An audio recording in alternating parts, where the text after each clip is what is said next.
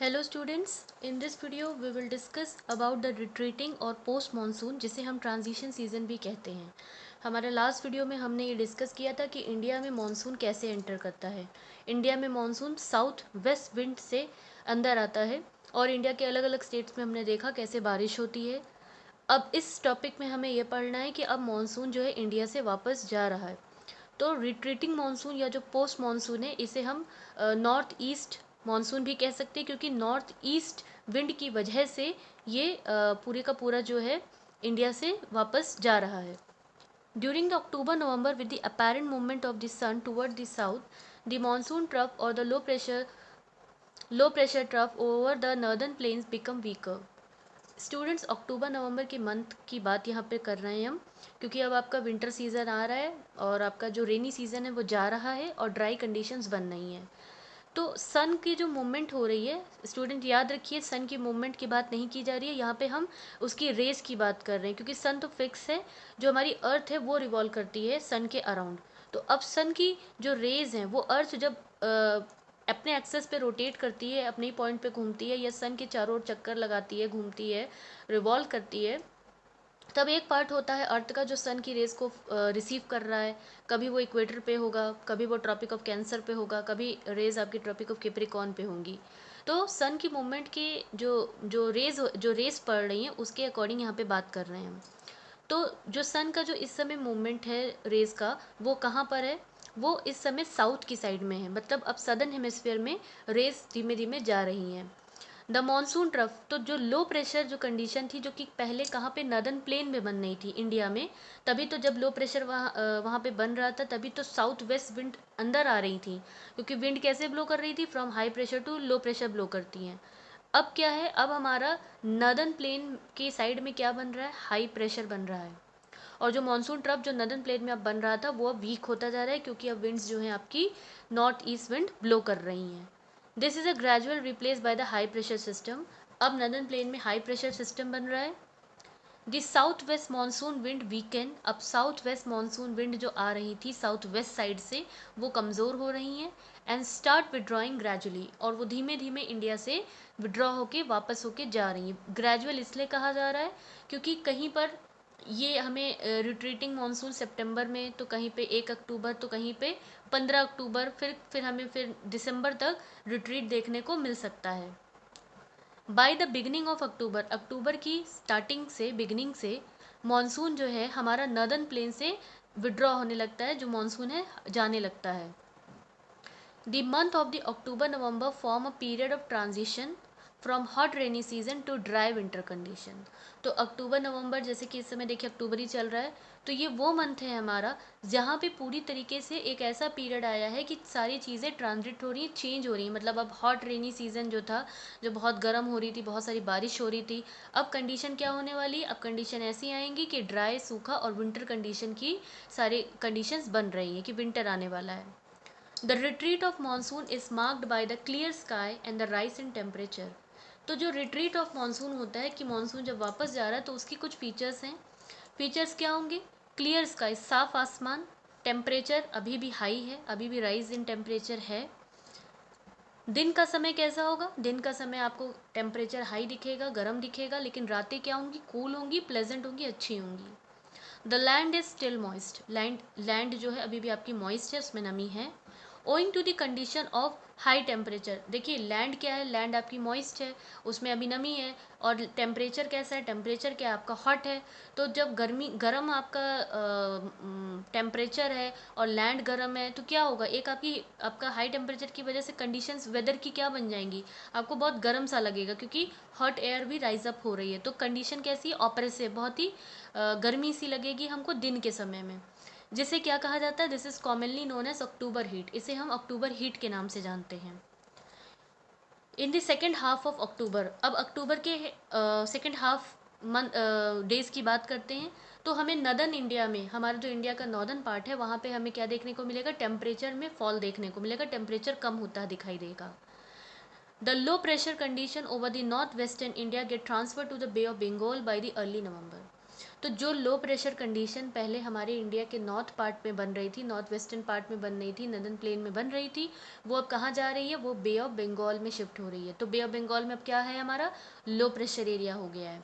Now this shift is associated with the, अब ये जो मैं बार बार आपको लो प्रेशर हाई प्रेशर बता रही हूँ, तो मैं आपको याद होना चाहिए स्टूडेंट्स कि यहाँ पर हम बात ITCZ की कर रहे हैं, जहाँ पर साउथ वेस्ट विंड और नॉर्थ ईस्ट विंड कन्वर्ज करती हैं। तो ये ITCZ जहाँ फॉर्म होगा वहाँ पे लो प्रेशर बनेगा। जब ये नदर्न प्लेन पे फॉर्म हो रहा था तब हमारे यहाँ क्या था, समर था। अब ये साउथ की साइड में फॉर्म हो रहा है ITCZ, तो अब हमारे यहाँ क्या है, विंटर है। क्योंकि ITCZ जो है आपके लो प्रेशर जहाँ पर होगा वहीं पर, जहाँ पे वो होगा वहीं पर लो प्रेशर क्रिएट हो जाता है। Now this shift is associated with the occurrence of the cyclonic depression which originate over the Andaman Sea. तो बे ऑफ बंगाल में अभी हमने देखा, मैंने बताया आपको कि लो प्रेशर हो जाएगा और आपका इंटीरियर ऑफ द इंडिया में क्या है, हाई प्रेशर है। अब इस शिफ्ट के साथ क्या होता है, हमें साइक्लोनिक या साइक्लोन्स देखने को मिलते हैं, जो ज़्यादातर कहाँ होते हैं, ओरिजिनेट कहाँ होते हैं, अंडमान सी में ओरिजिनेट होते हैं। और ये जो डिप्रेशन, ये जो साइक्लोन्स आते हैं, ये क्या करते हैं, हमारी इंडिया के जो कोस्टल रीजन है, जो ईस्ट साइड में है, वहाँ पे बहुत ज़्यादा बारिश, बहुत हैवी बारिश लेकर आते हैं। नाउ क्योंकि ये जो विंड्स होती हैं, ये जो विंड्स ब्लो करती हैं, क्योंकि ये विंड्स आपकी कहाँ से ब्लो कर रही हैं, ये तो अभी मैंने आपको बताया कि नदर्न प्लेन इंडिया के नदर्न पार्ट में है। ये रिट्रीटिंग मानसून की कंडीशन है कि इंडिया के नदर्न पार्ट में हाई प्रेशर डेवलप्ड हो गया है, क्योंकि आपकी जो विंड्स चल रही हैं वो नॉर्थ ईस्ट चल रही हैं। विंड्स का डायरेक्शन क्या है, इस तरीके से है, विंड इस तरीके से ब्लो कर रही हैं, पूरी तरीके से इंडिया से बाहर निकलेंगी, नॉर्थ ईस्ट विंड। और जब ये विंड आपकी यहाँ पर जो ब्लो कर रही है वो लैंड से सी की तरफ ब्लो कर रही है, क्योंकि यहाँ हाई प्रेशर है, यहाँ पे लो प्रेशर है। तो जब लैंड से विंड ब्लो करेगी तो क्या होगा, उसमें कोई मॉइस्चर होगा, नहीं, उसमें कोई मॉइस्चर नहीं होगा, वो ड्राई विंड है। लेकिन जब ये विंड यहाँ पे बे ऑफ बंगाल में, यहाँ पे ये जब विंड आपकी आती हैं, यहाँ से जब इंडिया के ईस्ट साइड में, ये जो ईस्ट साइड है जहाँ पे हमारा उड़ीसा है, आंध्र प्रदेश है, तमिलनाडु है, तो ये जो कोस्टल एरिया, तो जब ये यहाँ पे जो साइक्लोन्स आते हैं, तो अब ये साइक्लोन्स जब इसको हिट, हमारे इस कोस्टल रीजन को हिट करते हैं, तो उसकी वजह से क्या होता है, हमारे कोस्टल रीजन पे ईस्ट साइड पे क्या होती है, बारिश होती है। क्योंकि जो विंड ब्लो कर रही है, जैसे मैंने आपको बताया, वो विंड ड्राई है। लेकिन जब ये बे ऑफ बंगाल से क्रॉस करती हुई विंड आपकी इस साइड पे आएगी, यहाँ पर आएगी, तो ये यहाँ से, तो यहाँ पे तो पानी है ना, लेकिन तो ये मॉइस्चर लेके पिक करके जाएगी।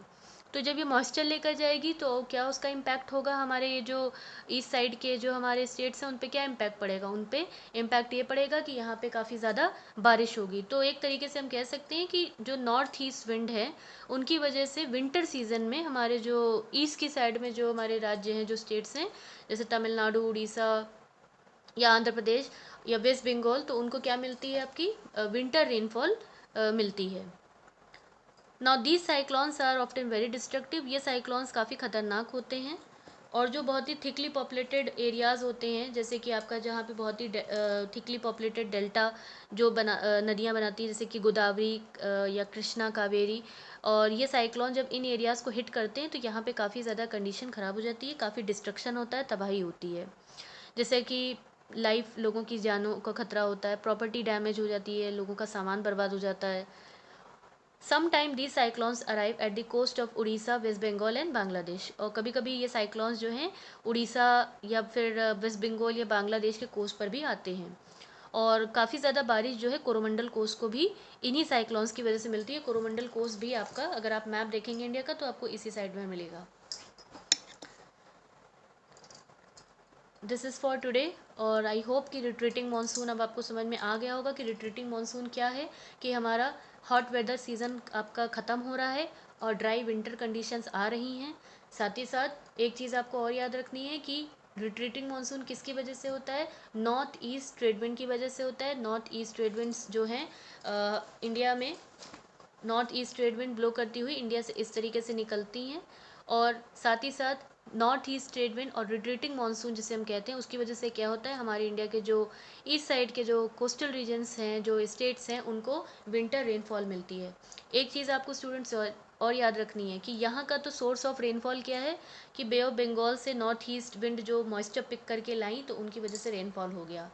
लेकिन जो हमारा पंजाब और हरियाणा का जो एरिया है उसको भी विंटर रेनफॉल मिलती है, ये मैंने प्रीवियस वीडियो में डिस्कस किया था। लेकिन इसका सोर्स ऑफ जो रेनफॉल है, जो जो यहाँ पर बारिश होती है आपकी पंजाब और हरियाणा में, वो किसकी वजह से होती है? वो आपकी वेस्टर्न डिस्टर्बेंसेस की वजह से होती है। जो आपका वेस्टर्न साइड से जो आपकी वेस्टर्ली जेट फ्लो आती है और हमारे नॉर्थ और नॉर्थ वेस्टर्न स्टेट में विंटर में बारिश कराती है। ये वेस्टर्न डिस्टर्बेंसेस किसकी वजह से आते हैं? बिकॉज जो आपका मेडिटेरियन सी है, जो वर्ल्ड में मैप में आप देखिएगा तो मेडिटेरियन सी में साइक्लोन्स होते हैं, जब आते हैं तो क्या होता है, तो वहाँ से जब जेट स्ट्रीम रन करती हुई इंडिया में एंटर करती हैं तो वो अपने साथ मॉइस्चर लेकर आती हैं।